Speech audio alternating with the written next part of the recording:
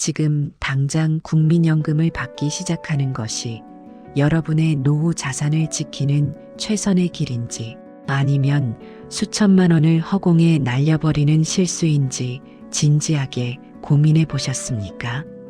평생 성실하게 직장 생활하며 꼬박꼬박 부어온 내 소중한 연금인데 국가가 정해준 날짜에 맞춰 덥석 받기 시작했다가는 매달 들어올 수 있었던 수십만 원의 추가 수익을 영영 놓치게 될지도 모릅니다. 반대로 건강 상태나 경제적 상황을 고려하지 않고 늦게 받는 것이 이득이라는 말만 믿다가는 정작 연금을 제대로 써보지도 못하고 손해를 보는 상황이 올 수도 있습니다. 여러분의 건강 상태와 소득 수준에 맞춰 국민연금 수령액을 극대화하는 가장 현실적이고 정확한 전략을 낱낱이 파헤쳐 보겠습니다. 오늘 대본의 핵심 결론부터 말씀드리겠습니다. 국민연금 수령의 정답은 개인의 기대 수명과 현재 소득에 달려 있습니다. 만약 여러분이 현재 소득이 있어 연금이 깎일 상황이거나 건강이 매우 양호하다면 연금 수령을 늦춰 연 7.2%의 가상금을 받는 연기연금이 유리합니다. 하지만 당장 생계가 막막하거나 건강이 염려된다면 연 6%의 감액을 감수하더라도 조기연금을 받는 것이 나을 수 있습니다. 무조건 늦게 받는 것이 최고라는 식의 과장된 말에 휘둘리지 말고 오늘 제가 알려드리는 손익분기점과 제도의 상세 규칙을 통해 나만의 최적 시점을 찾으셔야 합니다. 가장 먼저 많은 분이 관심을 가지시는 연기연금 제도부터 정확히 짚어보겠습니다. 국민연금은 수급 개시 연령 이후 최대 5년까지 수령 시기를 늦출 수 있습니다. 이때 한 개월당 0.6%, 즉 1년에 7.2%씩 연금액이 늘어납니다. 만약 최대치인 5년을 연기한다면 원래 받을 금액보다 36%나 많은 연금을 평생 받게 됩니다. 예를 들어 월 100만 원을 받을 분이 5년을 참고 68세부터 받기 시작하면 매달 136만 원을 받게 됩니다. 이 수익률은 현재 시중 금리와 비교했을 때 매우 높은 수준인 것은 사실입니다. 다만 늦게 받는 만큼 수령 기간이 짧아진다는 점을 반드시 계산에 넣어야 합니다.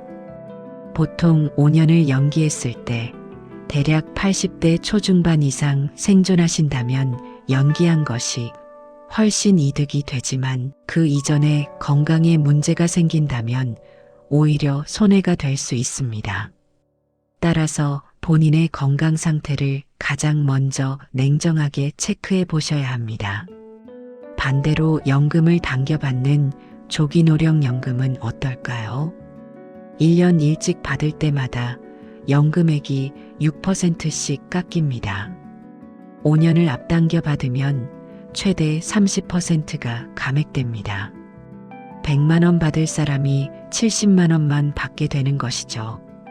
단순히 숫자만 보면 큰 손해 같지만 당장 소득이 전혀 없고 생계가 어려운 분들에게는 이 제도가 소중한 버팀목이 됩니다. 또한 통계적으로 볼 때 특정 나이까지는 일찍 받기 시작한 총수령액이 더 많은 구간이 존재합니다. 하지만 장기적으로 90세, 100세까지 장수할 것을 고려한다면 줄어든 연금액이 노후 후반기에 큰 부담이 될 수 있다는 점을 명심해야 합니다. 여기서 아주 중요한 포인트가 하나 더 있습니다. 바로 소득이 있을 때 연금이 깎이는 소득활동에 따른 감액제도입니다. 연금을 받을 나이가 되었는데도 일정 수준 이상의 소득이 있다면 국가가 연금을 깎아서 지급합니다. 여기서 기준이 되는 금액을 A여 값이라고 부르는데 이는 전체 가입자의 최근 3년간 평균 소득을 말합니다. 2025년 기준으로 이 A값은 약 308만 원 수준입니다. 즉, 본인의 근로소득이나 사업소득에서 필요경비를 뺀 금액이 이 금액을 초과하면 초과액에 따라 최대 5년 동안 연금액의 최대 50%까지 삭감될 수 있습니다. 만약 여러분이 활발하게 경제활동을 해서 이 기준을 넘는 소득을 올리고 있다면 연금을 깎여가며 억지로 받기보다는 연기연금을 신청해서 감액을 피하고 나중에 더 큰 금액으로 받는 것이 훨씬 영리한 선택이 될 수 있습니다. 많은 분이 헷갈려 하시는 부부연금과 유족연금에 대해서도 사실을 바로잡아 드리겠습니다. 부부가 모두 10년 이상 가입했다면 각자 생존 시에는 각자의 노령연금을 당당하게 다 받으시면 됩니다. 문제는 한 사람이 먼저 세상을 떠났을 때 발생합니다. 이때 남은 배우자는 자신의 노령연금과 배우자의 유족연금 중 하나를 선택해야 합니다. 만약 자신의 노령연금을 선택하면 유족연금의 30%를 추가로 얹어서 받게 됩니다.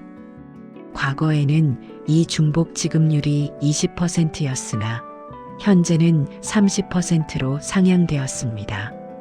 하지만 여전히 둘 다를 온전히 다 받을 수 있는 구조는 아닙니다. 따라서 부부 중 한 사람의 연금액이 압도적으로 많다면 어떤 조합이 유리할지 미리 시뮬레이션을 해보는 것이 좋습니다. 국가에서도 중복 지급률을 더 높이려는 논의가 계속되고 있으니 바뀐 제도를 수시로 확인하는 태도가 필요합니다. 국민연금을 더 많이 받는 비결로 추납과 반납 제도도 절대 놓쳐서는 안 됩니다. 반납 제도는 예전에 직장을 그만두면서 찾아갔던 반환일 시금을 이자와 함께 다시 내는 것입니다. 과거의 가입 기간을 보고 나면 지금 가입하는 것보다 훨씬 유리한 조건으로 연금액이 산정되기 때문에 여유 자금이 있다면 가장 먼저 고려해야 할 투자입니다. 추납제도 역시 실직이나 경력 단절로 보험료를 내지 못했던 기간을 나중에 채워 넣는 것인데 가입 기간이 늘어나는 만큼 평생 받는 연금액이 확실하게 증가합니다. 다만 추납은 무조건 많이 한다고 좋은 것은 아니며 본인의 예상 수령액과 납부 가능 금액을 따져 적정선을 찾는 지혜가 필요합니다. 국민연금 고갈에 대한 우려 때문에 불안해하시는 분들도 많습니다. 하지만 국민연금은 국가가 운영하는 공적연금으로 법률에 따라 급여 지급 의무가 명시되어 있습니다. 기금이 고갈되더라도 정부는 보험료율을 조정하거나 재정 지원을 확대하는 등 다양한 수단을 통해 제도를 유지할 강력한 의지를 가지고 있습니다. 민간 금융 상품보다 물가 상승률을 반영하는 능력이 뛰어나고 안정성이 높다는 점은 부인할 수 없는 사실입니다.